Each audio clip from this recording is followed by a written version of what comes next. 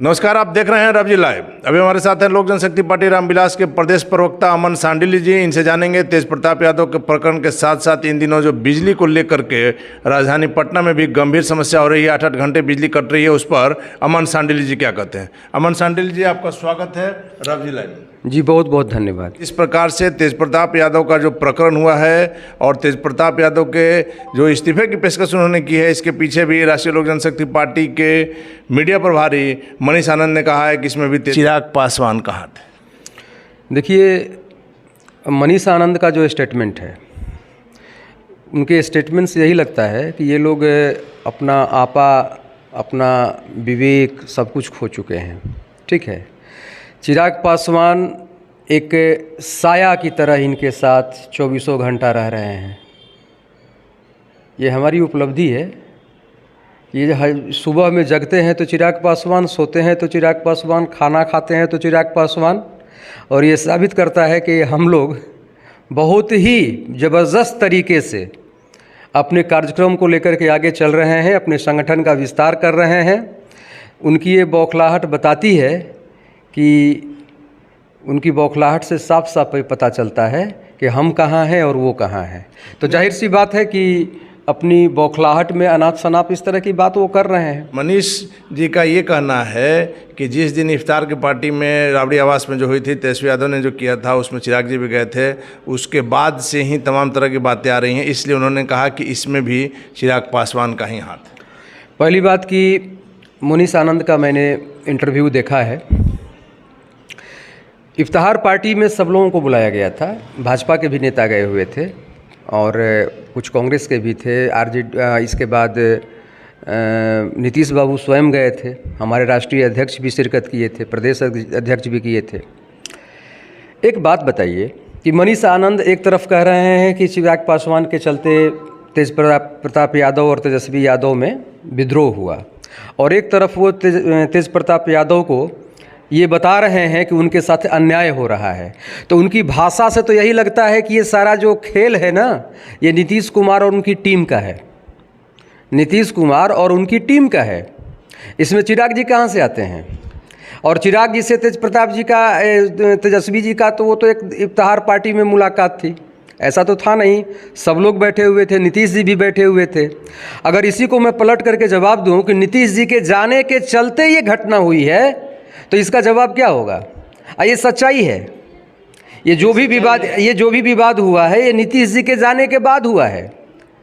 और तेज प्रताप जी को बरगलाया जा रहा है अपने ही भाई के खिलाफ, अपने माँ के खिलाफ, पिता के खिलाफ, पार्टी के खिलाफ। लेकिन अमन सांडिल्य जी, आप जो आरोप लगा रहे हैं, इन्हीं आरोपों को तेज प्रताप यादव ने लगाया। उनका साफ तौर पर का नाम है कि कुछ पार्टी के ही लोग भाई भाई में चाह रहे हैं कि मतभेद हो। उन्होंने साफ तौर पर नाम लेकर के कहा है, और कल तो की जो घटना है वो आपको याद होगा। देखिए, ये उनका व्यक्तिगत मामला है, व्यक्तिगत आरजेडी का मामला है। इस पर मैं कोई कमेंट नहीं करूँगा कि उसमें कौन खलनायक है और कौन नायक है, किसका अपमान हुआ है, किसका सम्मान हो रहा है, या किसको प्रताड़ित किया जा रहा है, किसको बैकफुट पर ढकेला जा रहा है। ये आरजेडी का मामला, आंतरिक मामला है, इस पर मेरा कोई कमेंट नहीं होगा।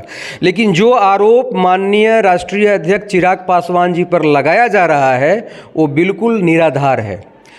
राष्ट्रीय अध्यक्ष हमारे फील्ड में घूम रहे हैं, अपने संगठन को मजबूत करने पर बल दे रहे हैं। वो दलितों, शोषितों, वंचितों, पिछड़े अगड़े जो भी हैं, जितने लोग हैं, वो हर जगह जाते हैं और अपनी बातों को, अपनी नीतियों को रखने का काम कर रहे हैं। हमारा देखिए, इस राजनीति में जो भी बिहार की जो राजनीति चल रही है, उस राजनीति से हमारा कोई लेना देना नहीं है। हम अभी हम संगठन पर जोर दे रहे हैं। ये जो भी आरोप लगाया जा रहा है, हमें डिस्टर्ब करने के लिए लगाया जा रहा है। और आपको एक कहावत बता दूं, कहा जाता है कि कोई भी मरे हुए कुत्ते को पत्थर नहीं मारता। यदि कोई पत्थर मारता है तो समझ लीजिए कि वो जिंदा है। तो चिराग पासवान को लेकर के जो राजनीति हो रही है, उन पर तमाम तरह के आरोप प्रत्यारोप लगाए जा रहे हैं, तो समझ लीजिए कि हमारे नेता सफलता की ओर बढ़ चले हैं। चलिए, लेकिन कल जिस प्रकार से तेज प्रताप यादव ने एक पत्रकार के साथ जो किया, आपने देखा होगा, बाद में वो उन्होंने आरोप भी लगाया कि मुझे बदनाम करने की साजिश कर रहा है, और इसको उन्होंने प्रमाणित भी किया। उसके पीछे पीछे जाकर उन्होंने जीतन राम मांझी के घर तक दिखाया कि वो गाड़ी लगी हुई। इस प्रकरण पर क्या कहें? देखिए, इस प्रकरण पर जहाँ तक मुझे लगता है कि तेज प्रताप जी अपने जगह पर सही हैं। जिस पत्रकार को लेकर के उन्होंने कहा है उसका मैं नाम नहीं लेना चाहता, लेकिन उस पत्रकार की फितरत ऐसी है और उसका स्वभाव ऐसा है कि वो गलत तरह से प्रश्न करना, गलत तरह से किसी चीज़ को मैनिपुलेट करना, है ना। अगर वो किसी फॉरवर्ड का इंटरव्यू लेता है तो दलितों के खिलाफ बोलेगा और दलित का लेगा तो फॉरवर्ड के खिलाफ जहर उगलता है।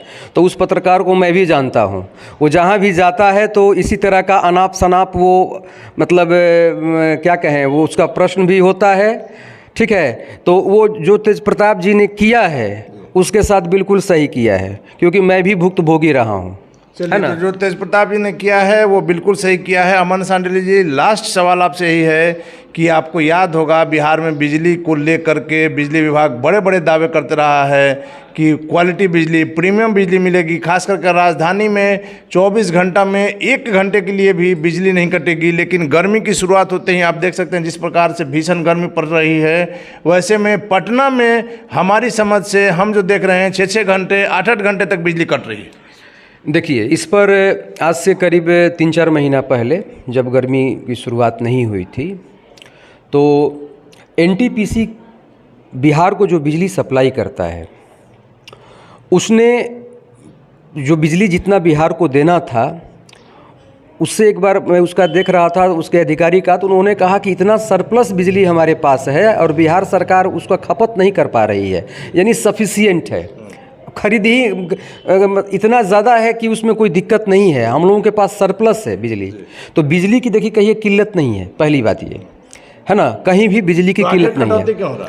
मेरी बात समझ लीजिए, समस्या कहाँ है? समस्या है कि जब आपका मॉनिटरिंग सही नहीं रहेगा, जब जान रहे हैं कि जाड़े के बाद गर्मी आएगी और गर्मी में एसी का डिमांड बढ़ता है, कूलर का डिमांड बढ़ता है और ख़रीदार हर साल बढ़ते जा रहे हैं, तो उसके अनुसार सरकार को इस बात का ध्यान रखना चाहिए और उसके पास एक डेटा होना चाहिए कि कितना हर साल खपत हमारा बढ़ने जा रहा है। तो गवर्नमेंट को तैयारी कर लेनी चाहिए कि भाई इतना खपत बढ़ेगा तो हमको इतना बिजली सरप्लस हमारे पास होना चाहिए, हम प्रोवाइड कर सकें। लेकिन अभी जो वर्तमान सरकार है, नीतीश कुमार की जो सरकार है, ये तो अभी कुर्सी का खेल खेल रही है, ठीक है, और अपने कुर्सी को बचाने में लगे हुए हैं। कभी राष्ट्रपति बन जाते हैं, कभी उपराष्ट्रपति बन जाते हैं, कभी कुछ बन जाते हैं, तो उनका दिमाग तो कहीं और है। तो वो बिजली पर या सड़क पर, बिजली पर, पानी पर ध्यान कहाँ से देंगे?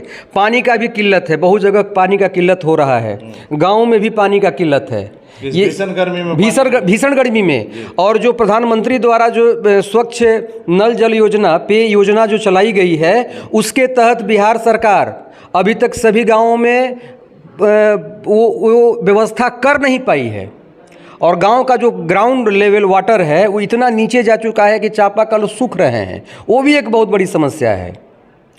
ठीक है, मतलब कि बिल्कुल सरकार मॉनिटरिंग करने में असफल है, तो आपने सुना अमन सांडिल्य जी का साफ तौर पर कहना है कि सरकार के द्वारा मॉनिटरिंग में कहीं ना कहीं कमी हुई है, जिसके कारण बिजली की ये समस्या आ रही है। और साथ ही साथ तेज प्रताप यादव प्रकरण पर इनका साफ तौर पर कहना है कि तेज प्रताप यादव अपनी जगह पर सही है। आप देख रहे हैं रब जी लाइव, खबरों का सिलसिला जारी, आप बने रहे हैं रब जी लाइव के साथ।